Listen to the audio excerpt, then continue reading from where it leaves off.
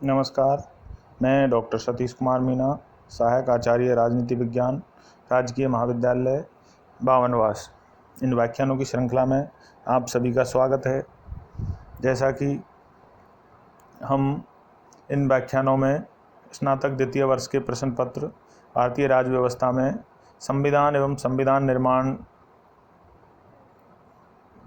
के बिंदु पर चर्चा कर रहे हैं। इस बिंदु पर हम भारतीय संविधान की प्रमुख विशेषताओं के बारे में चर्चा कर रहे थे। आज के इस व्याख्यान में हम भारतीय संविधान की विशेषताओं के बारे में चर्चा करेंगे। जैसा कि पिछले व्याख्यान में हमने भारतीय संविधान की कुछ प्रमुख विशेषताएं, जैसे सबसे बड़ा लिखित संविधान,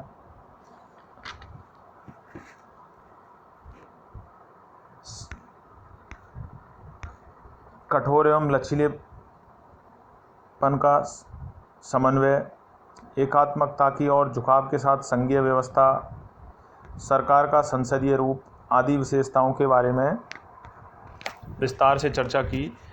अगले हम देखते हैं कि भारतीय संविधान की अन्य विशेषता हैं, जिनमें प्रमुख है संसदीय संप्रभुता और न्यायिक सर्वोच्चता का समन्वय। भारतीय संविधान की एक विशेषता निकल कर आती है, वो ये है कि संविधान की संप्रभुता और न्यायिक सर्वोच्चता में समन्वय। भारतीय संविधान निर्माताओं ने, चूँकि भारत में संसदीय व्यवस्था को अपनाया गया, लेकिन ब्रिटेन की तरह संसदीय संप्रभु की विशेषता को नहीं अपना के और अमेरिका की तरह न्यायिक सर्वोच्चता को अपनाया गया है, और ब्रिटिश संप्रभुता और या संसदीय संप्रभुता और न्यायिक सर्वोच्चता के में समन्वय स्थापित किया गया है। क्योंकि अगर पूरी तरह ब्रिटेन की संसदीय व्यवस्था को अपनाते तो भारत में संसदीय संप्रभुता रहती, लेकिन संसदीय व्यवस्था को अपनाने के साथ साथ न्यायिक सर्वोच्चता को भी अपनाया गया है और दोनों में समन्वय स्थापित किया गया है। संसद की संप्रभुता का जो नियम है वो ब्रिटिश संसद से जुड़ा है, जबकि न्यायपालिका की सर्वोच्चता का सिद्धांत है वो अमेरिका के सर्वोच्च न्यायालय से लिया गया है।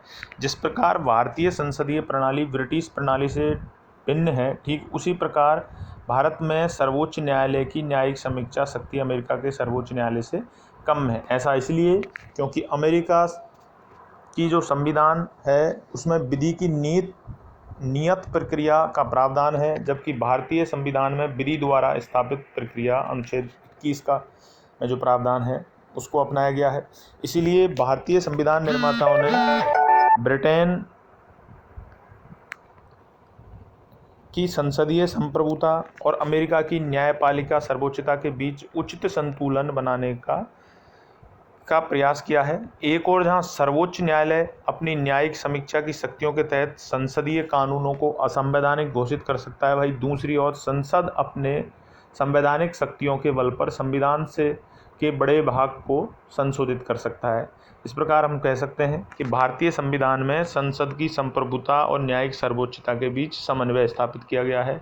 यहाँ न्यायिक सर्वोच्चता भी है और संसद भी अपने आप में बहुत कुछ संविधान में संशोधन करने में सक्षम है। दोनों के बीच, दोनों जो अपने शासन व्यवस्थाओं की, शासन प्रणालियों की जो अपने आप में विशेषताएं होती है, उन दोनों को एक साथ अपनाया गया है और दोनों को अपने अनुकूल, अपने देश की व्यवस्था के अनुकूल करके दोनों ही व्यवस्थाओं को भारतीय संविधान में अपनाया गया है। ये भी अपने आप में भारतीय संविधान की एक विलक्षणता है। अगली विशेषता के रूप में देखें तो यहाँ एकीकृत स्वतंत्र न्यायपालिका को भारतीय संविधान में अपनाया गया है। भारतीय संविधान एक ऐसी न्यायपालिका की स्थापना करता है जो अपने आप में एकीकृत होने के साथ साथ स्वतंत्र है। भारत की न्याय व्यवस्था में सर्वोच्च न्यायालय शीर्ष पर है, इसके नीचे राज्य स्तर पर उच्च न्यायालय है। राज्यों में उच्च न्यायालय के नीचे क्रमवार अधीनस्थ न्यायालय है, जैसा जिला न्यायालय, अन्य निचली अदालतें। न्यायालयों का एकल तंत्र केंद्रीय कानून के साथ साथ राज्य कानूनों को लागू करता है। हालांकि अमेरिका में संघीय कानूनों को संघीय न्यायालय और राज्य कानूनों को राज्य न्यायपालिका लागू करती है। उसको नहीं अपनाकर भारत में एकीकृत न्याय व्यवस्था को अपनाया गया है। केंद्र सबसे ऊपर सर्वोच्च न्यायालय, उसके नीचे प्रत्येक राज्य में उच्च न्यायालय है, उसके नीचे अधीनस्थ जिला न्यायालय, ब्लॉक न्यायालय हैं। वो सभी उच्च न्यायालय और सर्वोच्च न्यायालय केंद्र के साथ साथ राज्यों के कानून को लागू करते हैं, उनकी व्याख्या कर सकते हैं। सर्वोच्च न्यायालय संघीय अदालत है, वह शीर्ष न्यायालय है जो नागरिकों के मौलिक अधिकारों की रक्षा की गारंटी देता है और संविधान का संरक्षण है। इसलिए संविधान में इसकी स्वतंत्रता के लिए कई प्रावधान किए गए हैं, जैसे न्यायाधीशों के कार्यकाल की सुरक्षा, न्यायाधीशों के लिए निर्धारित सेवा शर्तें, भारत की संचित निधि से सर्वोच्च न्यायालय के सभी खर्चों का वहन, विधायिका में न्यायाधीशों के कामकाज पर चर्चा पर रोक, सेवानिवृत्ति के बाद अदालत में कामकाज पर रोक, अवमानना के लिए दंड देने की शक्ति, कार्यपालिका से न्यायपालिका को अलग रखना। ये समस्त जो विशेषताएं हैं वो न्यायालय को स्वतंत्र बनाती है या न्यायपालिका को स्वतंत्र बनाती है। इस प्रकार हम कह सकते हैं कि भारतीय संविधान में जो व्यवस्था है वो एकीकृत है, एकीकृत एवं स्वतंत्र न्यायपालिका की विशेषता है, वो अपने आप में विशेष है। अगली हम बात करें भारतीय संविधान की विशेषताओं की, तो भारतीय संविधान में मौलिक अधिकारों की व्यवस्था, जैसे विश्व के कई देशों में मौलिक अधिकारों की व्यवस्था की गई है और उन लोकतांत्रिक देशों को देखकर और भारतीय मूल्यों को देखते हुए भारतीय संविधान में मौलिक अधिकारों की व्यवस्था होना कोई अलग बात नहीं, लेकिन ये अपने आप में विलक्षण है कि भारतीय संविधान में मौलिक अधिकारों की व्यवस्था की गई है। मूल संविधान में 7 मौलिक अधिकारों की व्यवस्था की गई थी, लेकिन 42वें संवैधानिक संशोधन के द्वारा संपत्ति के मूल अधिकार को हटा दिया गया और वर्तमान में भारतीय संविधान में 6 मौलिक अधिकार हैं, जिनमें समानता का अधिकार अनुच्छेद 14 से 18, स्वतंत्रता का अधिकार अनुच्छेद 19 से 22, शोषण के विरुद्ध अधिकार अनुच्छेद 23-24, धार्मिक स्वतंत्रता का अधिकार अनुच्छेद 25 से 28 और सांस्कृतिक व शिक्षा का अधिकार अनुच्छेद 29 से 30 और संवैधानिक उपचारों का अधिकार अनुच्छेद 32। मौलिक अधिकार का उद्देश्य वस्तुतः राजनीतिक लोकतंत्र की भावनाओं को प्रोत्साहन देना है। यह कार्यपालिका और विधायिका के मनमाने कानूनों पर निरोधक की तरह काम करते हैं। उल्लंघन की स्थिति में इन्हें न्यायालय के माध्यम से लागू किया जा सकता है। जिस व्यक्ति के मौलिक अधिकार का हनन हुआ है वह सीधे सर्वोच्च न्यायालय की शरण में है, जो अधिकार की रक्षा के लिए बंदी प्रत्यक्षीकरण, परमादेश, प्रतिषेध, अधिकार प्रशा, उत्प्रेषण जैसे अभिलेख या रिट जारी कर सकता है। हालांकि मौलिक अधिकार कुछ सीमाओं के दायरे में आते हैं, लेकिन ये अपरिवर्तनीय भी नहीं। संसद इन्हें संविधान संशोधन अधिनियम के माध्यम से समाप्त कर सकती है अथवा इनमें कटौती भी कर सकती है। अनुच्छेद 20-21 के द्वारा प्रदत्त अधिकारों को छोड़कर राष्ट्रीय आपातकाल के दौरान इन्हें स्थगित किया जा सकता है। इस प्रकार हम कह सकते हैं कि भारतीय संविधानों की मूल विशेषताओं में एक विशेषता है इसके अपने मौलिक अधिकार, जिनकी व्यवस्था भारतीय संविधान में की गई है।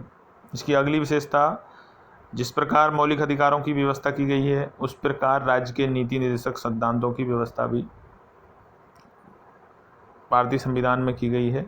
अनुच्छेद 36 से और 51 तक डॉक्टर BR अम्बेडकर के अनुसार, जैसा कि नीति निर्देशक सिद्धांत भारतीय संविधान की अनूठी विशेषता है, इनका उल्लेख संविधान के 4थे भाग में किया गया है। इन्हें मोटे तौर पर 3 वर्गों में विभाजित किया जाता है: सामाजिक नीति निर्देशक तत्व, गांधीवादी नीति निर्देशक तत्व और उदार बौद्धिक नीति निर्देशक तत्व। नीति निर्देशक तत्वों का कार्य सामाजिक आर्थिक लोकतंत्र को बढ़ावा देना है। इनका उद्देश्य भारत में एक कल्याणकारी राज्य की स्थापना करना है। हालांकि मौलिक अधिकारों की तरह इन्हें कानून के रूप में लागू नहीं किया जा सकता।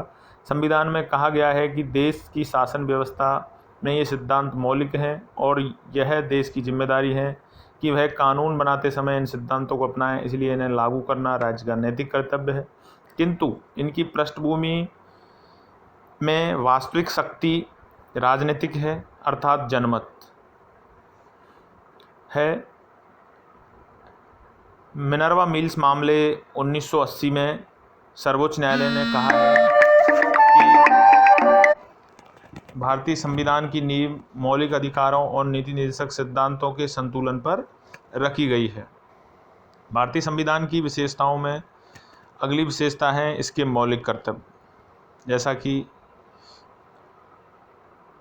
आपको विदित है कि मूल संविधान में मौलिक कर्तव्यों की व्यवस्था नहीं की गई थी, पर चूंकि